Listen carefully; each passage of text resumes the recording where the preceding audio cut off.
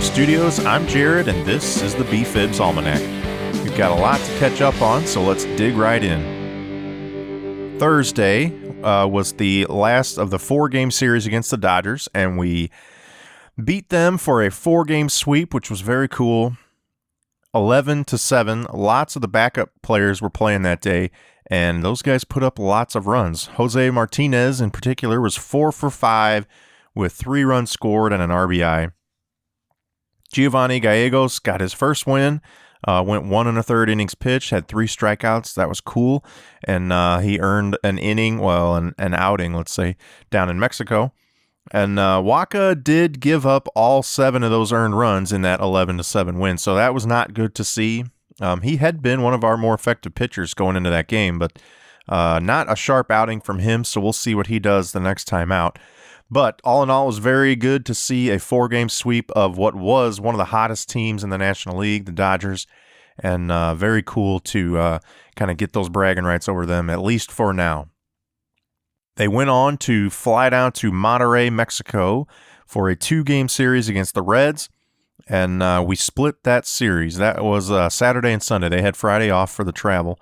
Waino had a no-hitter going into the 6th inning, but ended up giving up 2 solo home runs before they took him out. So a good outing by him. I have to admit, he has looked much better than I expected this season. I've been pretty down on Wainwright for a couple of years now, and I pretty much thought he was done. I'm still not totally convinced yet. He looks good right now. He seems to be healthy. So that's the thing. If I'm not convinced that he's going to stay healthy, I could see that arm, that elbow going out any minute. But as of now, he is doing a good job. He's still not hitting the velocity that he used to have, and he's not going to, but he's getting it up to 90, 91, 92. And what he's really doing effectively is changing speeds and changing locations. He's keeping hitters guessing. We've talked about this a little bit, but he is being effective with his fastball and his curveball, and he's getting results. So he's still going to be, I think what we're going to see is a sharp, strong outing, and then when he gets hit, it's going to be hit hard. It's going to be hit out of the park.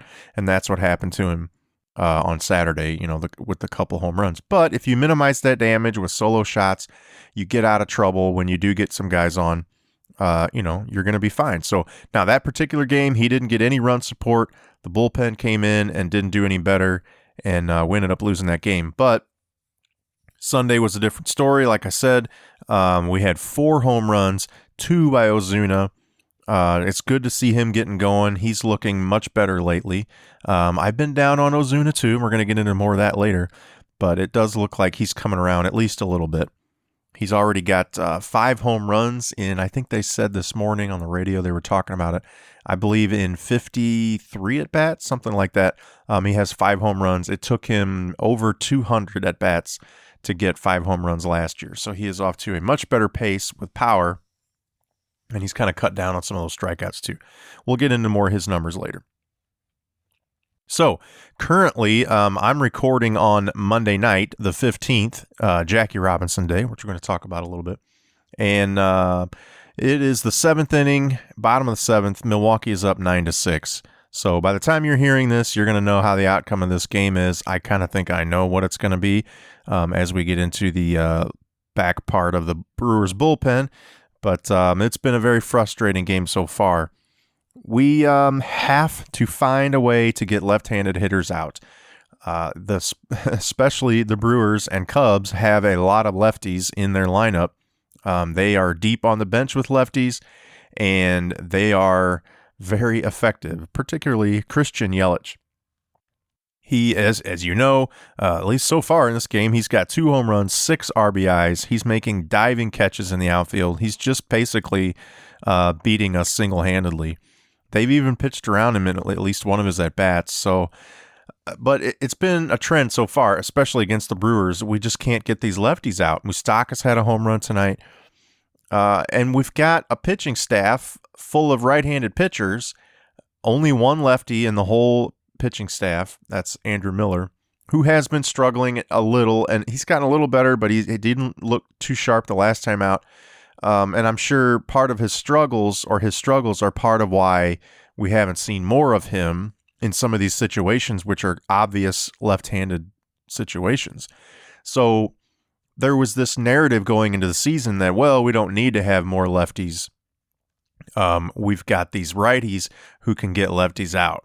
So there was names thrown around like Alex Reyes, who's not on the roster now. Jose Martinez, not on the roster now. Some of these other guys are getting the job done. John Gant, John Brebbia, Leon has been effective against lefties. But tonight, Mike Myers got rocked by Yelich. He's one of those names that was mentioned as able to get lefties out. And I'm not saying they're never going to get hit by lefties, but we definitely don't have that go-to guy or go-to pair of guys who can get lefties out in a pinch, in a troublesome situation. And we're going to be in those situations a lot. We're going to play the Brewers a lot. We're going to play the Cubs a lot. They got a bunch of lefties. You're not going to win the division if you can't sneak away with some wins in late game situations, pressure situations, getting these power lefties out. So I don't know. It's frustrating to see. It's frustrating to watch us play the Brewers and just get teed off on. But we did bring up Tyler Webb. He's been just so, kind of hit or miss. Definitely not a dominant lefty, but he's been relatively effective. So we do have that extra left-handed arm right now. We just called him up over the weekend. So, I don't know. I'm not sure what the answer is. We don't have a lot of left-handed help down in Memphis. There are some lefty pitchers on the market. We could trade for somebody. At this point, I think our pitchers just need to pitch better. But, maybe are we asking too much of these right-handed pitchers to go and face 6 or 7 lefties in a row in a stacked lineup? I think we probably are asking a little too much. Probably need to get a little more strategic with the pitch selection. Some of that's on Yachty, some of that's on the managers and coaches. It's obviously on the pitchers. They have to execute. So, I don't know. I think that's going to be a recurring theme this year until Miller really gets better and becomes effective. But, he didn't come into the game tonight in clear situations where we needed to get several lefties out. We brought in some right-handed pitchers, and it didn't work. So Miller's got to become more effective. Webb's got to be a little more effective. And to be honest, the righties need to be more effective. The bullpen has been much, much better over the last week or so. But tonight in particular in this Brewers game, and then in the one game down in Mexico, they were, not good. So we'll see how that improves. Also, as we open up this series with the Brewers, we've got Goldschmidt struggling a little bit. Now, tonight, he's got a home run and an RBI single. So if you just looked at tonight, you'd say he's doing fine. But on the season, he's batting .203. His on-base percentage is only .319. Now, he's slugging .525, which is great. And his OPS is .844, which sounds pretty good. But it's deceiving. He's only got 12 hits in 69 plate appearances, 59 at-bats. 12 hits, 6 of those are home runs. Now, you love to see 6 home runs at this point in the season, but you don't want to see where he's only got the same number of hits as home runs. He's not getting a lot of hits when he's not hitting it out of the park. He's only got 10 walks and 20 strikeouts. So strikeouts are way too high. You'd like to see some of those walks go up.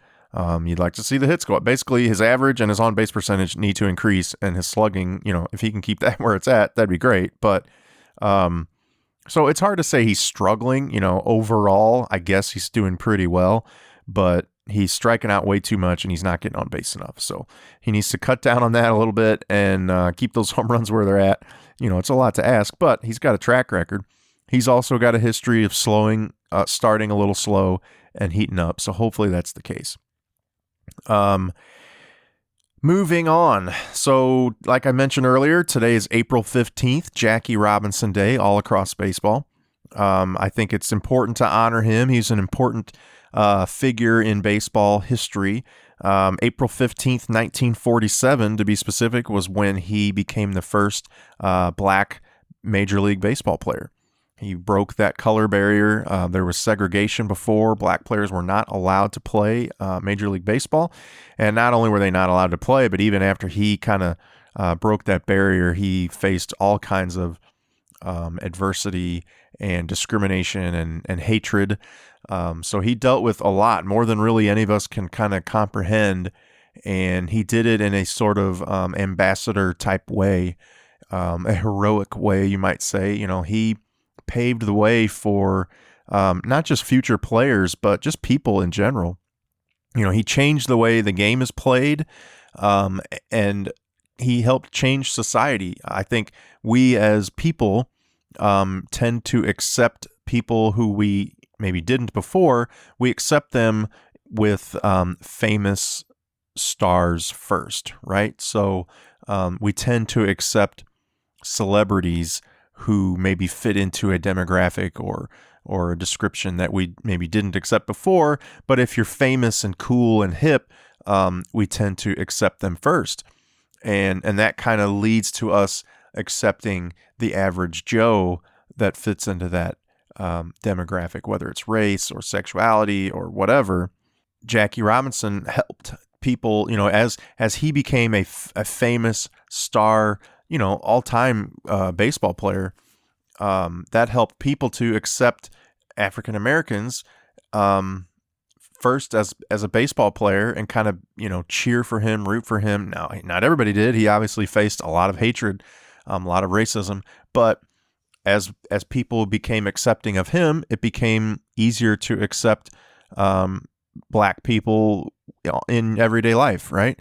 I think that goes on all the time. I think we see it a lot with gays, where people who maybe are bigoted against homosexuals, when someone is, maybe your favorite lead singer in a band or a rhythm guitar player or whatever, or, an actor, and you find out they're gay and you're like, oh, but he's pretty cool. And then when you get to know him or see them more on TV or whatever, you're like, that dude's awesome and he's gay. Cool. Whatever, and it sounds silly almost now to be speaking that way, but it wasn't that long ago, that gays were way, way, way less accepted than they are now. Definitely there was a lot of bigotry and hatred.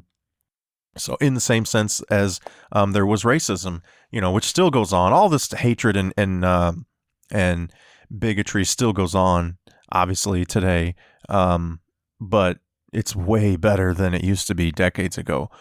So I think people who are on the forefront of that, as far as being successful in whatever career or field that they're in, really helps everyone else become more accepting of that. So that's a long way of saying, here's to Jackie Robinson, number 42.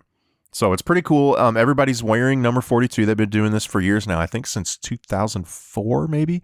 Ken Griffey Jr. was the first to suggest. He actually wanted to wear number 42, and they had to ask the league about it. And the league said, actually, that's a great idea. Let's have everyone do that. And they started this whole thing where everyone across the league wears number 42 in honor of him. And there's guys wearing black cleats in honor of the old style uniforms and stuff. So it's neat to see. We try to honor him every year, and you'll see highlights and talk about the adversity that he went through. So pretty cool that they're doing that. And one of the things we hear about here in St. Louis is that guys like Stan Musial, who are already heroes as far as athletes go, helped be accepting of him and let other players know that, hey, we're going to accept this guy. We're all equal here. We're all playing the game together.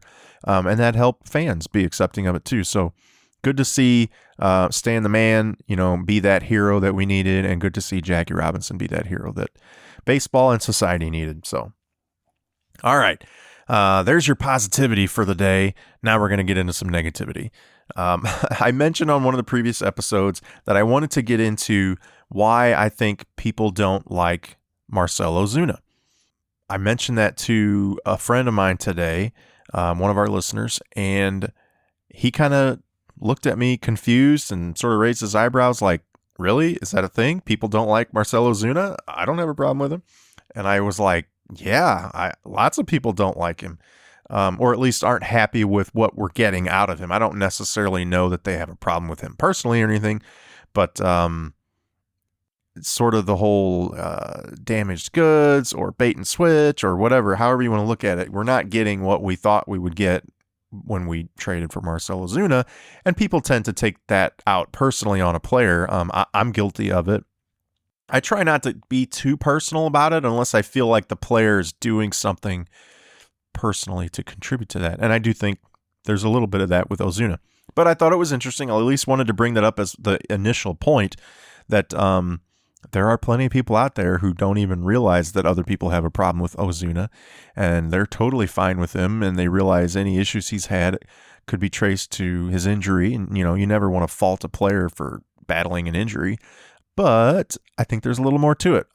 I want to bring that point up and thank our listener for bringing that point up to me.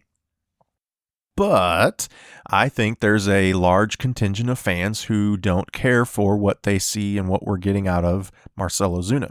And why do we think that is?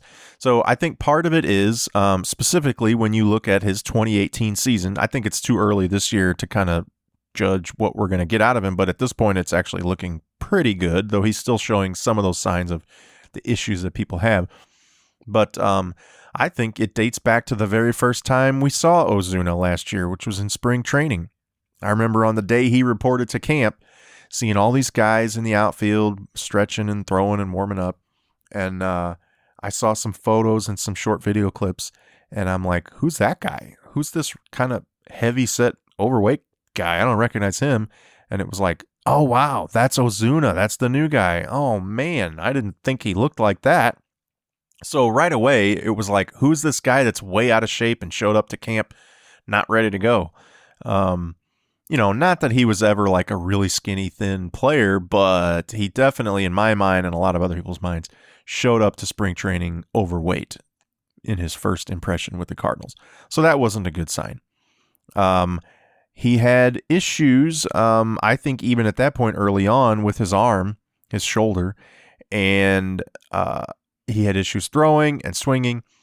Now, apparently, the Cardinals would have said they were aware of this injury when they traded for him, and they were confident that he was going to heal from it and be okay.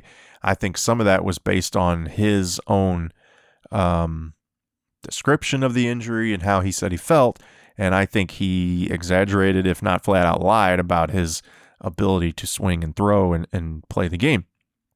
So I think he was, essentially damaged goods. Now, we kind of knew what we were getting, sort of, so you can't fault the player too much with that, but I do think there was potentially a little bit of deception going on there. As we saw in the season, again, this is, I want to get into not necessarily putting blame, but just explaining what fans were seeing. So his 2018 splits are pretty striking. If you recall, he had a very slow start to the beginning of the season, and he got better towards the end of the season. I think they rested him for a week or two, and he kind of maybe even had like a platelet injection or something, and kind of healed up that elbow at least a little bit. Maybe it was a cortisone shot, something to kind of take away that, or not the elbow, the shoulder, take away that pain. Yeah, so let's look at his splits here. So in the month of April and March, at the beginning of the season, he batted .250 with a .268 on-base percentage. So not a terrible batting average, but not great either. And it just, barely any higher on base. He only had 3 walks in that first month and a half or whatever of the season. And he slugged .331. So not good. He did have 2 home runs in that time, 17 RBI. So he was getting some RBI, but it wasn't with power.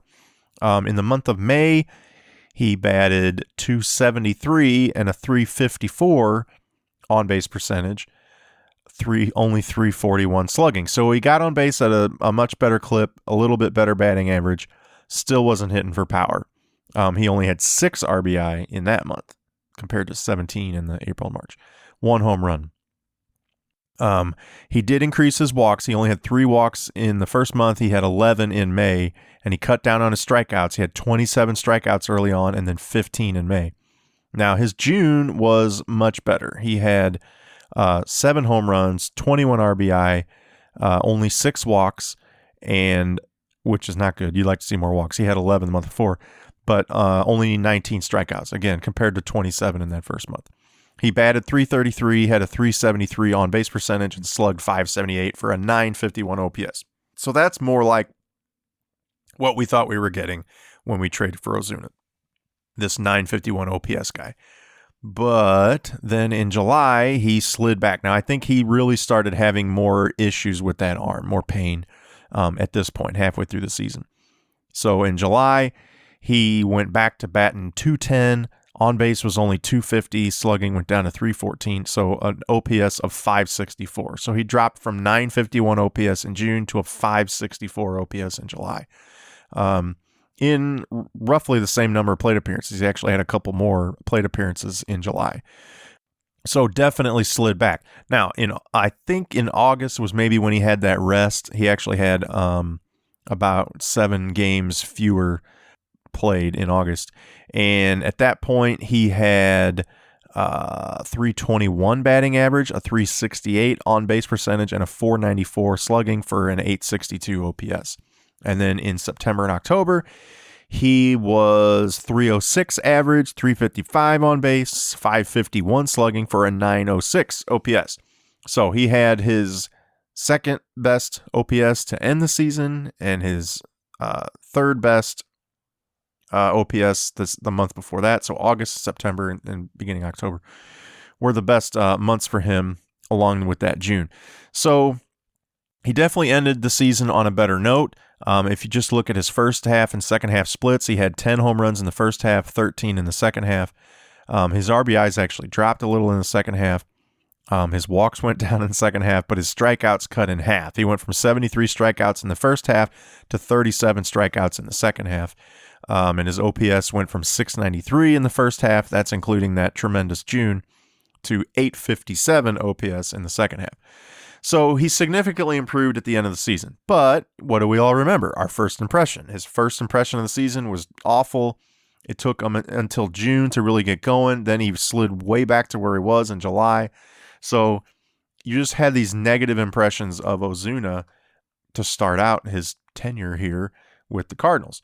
So, I think that's a big reason why people were like, man, what is with this guy? He's not very good. He, at that point, his throws, especially late in the year, midway through the year, he couldn't even throw the ball back to the infield. At one point, they were having him flip it and toss it to the center fielder who would throw it back in. After the treatment that he had, I guess in August, he was able to make some throws to at least get it back to the infield, but it was totally just not strong. He just, it wasn't good at all. He just wasn't an effective outfielder. He was a detriment to the team, basically, defensively. So, and we're seeing some of that again this year. He came into camp overweight again, in my opinion. He was supposedly rehabbing that arm all off season, but it wasn't supervised by the Cardinals at his decision. And by the time he got to spring, he was supposed to be nearly 100%. By the end of spring, he was supposed to be good to go, ready to go. Well, he's still not. He still can't throw the ball strong. He has a very awkward motion. They say that he's healthy. He doesn't have an injury. He's just sort of rehabbing it now and getting back into form. But his mechanics are terrible. I've seen fourth graders throw the ball better than him. It's crazy. He's overall effective. He can get the ball back in now. He seems to be able to accurately throw to a base, but he's not going to be throwing anybody out at home. They're going to run on him every time, going from second to third, going from third to home. He's not going to be getting many of these assists or double plays or anything like that. And not only is his throwing bad, he's taking poor routes to the ball. He's jumping the fence when he doesn't need to. He's just completely misjudging the baseball many times. He kicked a ball the other night. He's just a poor defensive outfielder. And, we as fans value defense very highly. We really appreciate even a mediocre hitter who plays stellar defense. Look at Harrison Bader. But what we're getting out of Ozuna is very poor defense. And it's almost to the point, I used this word in a previous episode, it's pathetic. He's really playing pathetic defense out there. He doesn't look like a major leaguer. He doesn't look like a minor leaguer. He doesn't even look like a high school player playing outfield defense. It's pretty bad. But his offensive numbers are coming around this year. He's looking much better. He's hitting for power. He's hitting for average a little better. He's still one of the issues that I think people that I know I have, and I think other people do too. He seems to swing at everything. There's not a pitch that comes in that he doesn't want to swing at. Now, sometimes that's a good thing. He definitely is a powerful, strong hitter, and when he gets a hold of something, even if it's, down and in or up and away or whatever, he's going to do something with it. He's going to hit it hard. Now, last year he wasn't. He was rolling over on everything. He had so many ground ball outs. Even when he was producing, it was not with power. It was with, these kind of low line drive grounders that were, getting runs in or whatever, but it wasn't what we expected to see. So again, that was battling injury, and he's still battling that some, but he's doing better. But it's this whole going up swinging at anything approach. And again, like I said, when that works, it's great. When you're striking out all the time like he was at the beginning of last season, it just looks foolish. You just look like a totally overmatched, unprepared hitter, unprofessional, basically. So when you mix that with very poor defense and this unprofessional hitting approach where you're just going and swinging at anything and you're an easy out, basically, then yeah, you're going to bother the fans. You're going to have fans turn on you and boo and complain about why is this guy getting to play and whatever. So, I definitely think his aggressiveness at the plate is a problem that fans have with him. I know it is for me. So, that all of that adds up to this kind of overall distaste that fans have with him. But I think a huge part of it, and we keep getting stung with it, it feels like every time we play the Brewers, a huge part of it is that it could have been Christian Yelich that we got in that trade. Now, to be perfectly frank, when we tried to trade for him, Yelich was not available. The Marlins had said, we're keeping Christian Yelich. We're going to rebuild around him. We like this guy. He's on a team-friendly contract. We're not looking to dump him. We're going to get rid of Stanton. We're going to get rid of Ozuna, and we're going to go from there. And so they tried. The Cardinals tried to get him. It wasn't going to happen, and they felt like they needed to make a move. They already lost out on Stanton. They needed an outfielder. They needed power. They needed what he could do, and they settled, so to speak, for Ozuna. Now, there were a lot of people who loved that. I liked the trade at the time. This guy hit, I think, 37 home runs the year before. He's won a Gold Glove somehow. I don't know who he had to pay off to win that, but he at some point played good defense in Miami. And so, I definitely had no problem with losing out with Marcell Ozuna at the time. But it was only a matter of, I want to say 2 weeks, if that, later, that the Marlins changed their tune. I think part of it had to do with Yelich when he realized he was the only piece left, him and Real Muto, who's also gone now. He saw the writing on the wall, didn't want to be part of a complete rebuild, and wanted out and kind of forced their hand. And so they ended up trading him to the Brewers for a good package of prospects. But not only did he get traded, he got traded within the division to a division rival who was already a good team, and they just got infinitely better by getting Christian Yelich. So he's the player that many fans, Cardinal fans, wanted to have instead of Ozuna in the first place. He does have a team-friendly contract, which would have been great for the Marlins to keep. And now it's a great contract for the Brewers. They did have to give up some valuable prospects, but it's totally, totally worth it. Any Brewers fan would tell you it's worth it. He won the MVP last year. He's on his way to winning another one this year. He is playing, in my opinion, actual real Gold Glove caliber defense. He's crushing the ball. He hits for average. He hits for power. He does it all. He is the case of a true MVP. Would have been great to have him here in St. Louis. I'm totally jealous of the Brewers and Brewers fans that they get to see Yelich every night. But It wasn't to be. The Cardinals tried. The question is, did they try hard enough? Did they force the Brewers' hand by putting a package together that they couldn't say no to? Obviously, they didn't. Whether they felt like it was a lost cause or they just didn't try hard enough, we didn't get Yelich, and the Brewers did, and we're paying for it every time we play them. And I think we're going to pay for it every time the Brewers play anybody. They're going to gain ground because they're going to win games solely because of Yelich, and it's going to sting for several years to come. So that's, I think, weighs in heavily on why fans kind of groan and moan when Ozuna strikes out, or when he climbs the fence when the wall's not hit to the fence, or when he, misplays a ball that's a, bouncer to him or whatever. And just, as I say that, I just looked down at my phone and watched Ozuna jump in the air at a ball that went in and out of his glove for what looks like a double, but it's probably, hopefully, going to be ruled an error. So speak of the devil. Anyway, so that's why people don't like Ozuna. And he sort of has this free spirit, carefree attitude, which is great. Normally, I think we see that with Jose Martinez, this fun-loving, exuberant ball player. And everybody loves that in Martinez, but he's producing. He's exciting when he gets on base and he celebrates. He's cheering guys on in the dugout. But when you see a guy having fun and laughing and joke and dancing and whatever, but dropping balls in the outfield and swinging and missing way over sliders and jumping a fence and falling down face first on a ball that doesn't even hit the fence, then all that having fun and laughing and dancing looks like a lot of BS.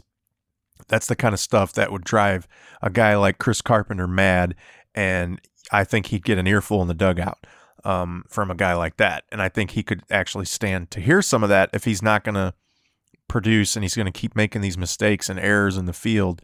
To me, I don't even think that's a cultural thing. I think we saw that with non-Latino players. I know that's sort of this narrative, this idea that, they, being Latino players, have more fun with the game, and we as stuffy white guys need to get over it and realize that the game is supposed to be fun and let them have fun, and look what they do. They hit home runs and whatever. Well, I just don't see that as being true. Brendan Ryan loved to have fun. He was a jokester and a bubbling personality, and but he didn't produce on the field, and he made mistakes and errors that cost runs, and Carp would turn around and give him a dirty look, and Pujols would get in his ear and be like, "Look, kid." And I think that's a big reason why he's not here anymore. That and his inability to play the game at a high level. But I think those guys kind of ran him off because they were sick of it, sick of these guys not playing the game hard and not focusing and playing with intensity and seriousness, trying to win at all costs at all times. And then, having that show up on the field as mistakes and errors and lack of good hitting approach and things like that. So that's a long way of saying that's why I think a lot of people don't like Ozuna. So if he continues to hit home runs at the pace he is and get RBIs at the pace he is, and hopefully he can cut down on some of these mistakes in the field and he can improve his throws a little bit as the season goes on, people are going to come around to him. I still don't think the Cardinals are going to offer him any kind of extension or, try to re-sign him. I think they might give him the qualifying offer, which I think would expect him not to take, and they'll try to get a draft pick.